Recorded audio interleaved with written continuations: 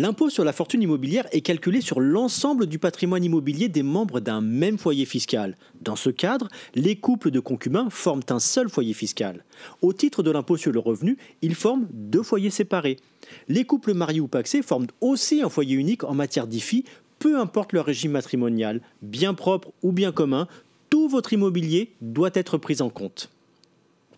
L'imposition commune s'applique seulement si vous étiez marié au 1er janvier de l'année d'imposition.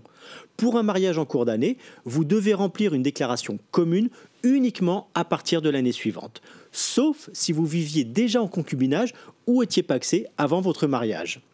Il existe toutefois deux exceptions au principe de la déclaration commune des époux.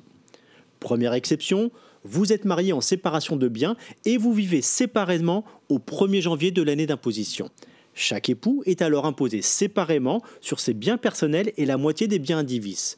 Peu importe la raison de votre résidence séparée, par convenance personnelle ou pour des raisons professionnelles. Deuxième exception, vous êtes en instance de séparation. Un simple abandon du domicile conjugal ne suffit pas. L'imposition commune à l'IFI cesse uniquement si vous êtes en instant de divorce ou de séparation de corps, que vous ne viviez plus ensemble au 1er janvier et que le juge vous a autorisé à avoir des résidences séparées. Si vous divorcez sans l'intervention du juge, l'imposition séparée s'applique à partir de l'année suivant l'enregistrement de votre convention de divorce. Même si vous déposez des déclarations séparées, vous restez solidaire du paiement de l'IFI dû par votre couple avant la séparation.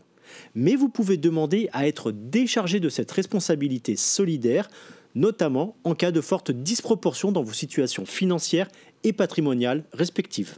Les biens et droits immobiliers appartenant à vos enfants mineurs doivent être compris dans votre patrimoine taxable. Vos enfants majeurs, eux, doivent déclarer leur patrimoine immobilier de leur côté, même s'ils sont rattachés à votre foyer fiscal pour l'impôt sur le revenu. Si vous avez donné un bien immobilier à un enfant majeur avant le 1er janvier, il ne fait donc plus partie de votre patrimoine taxable de l'année.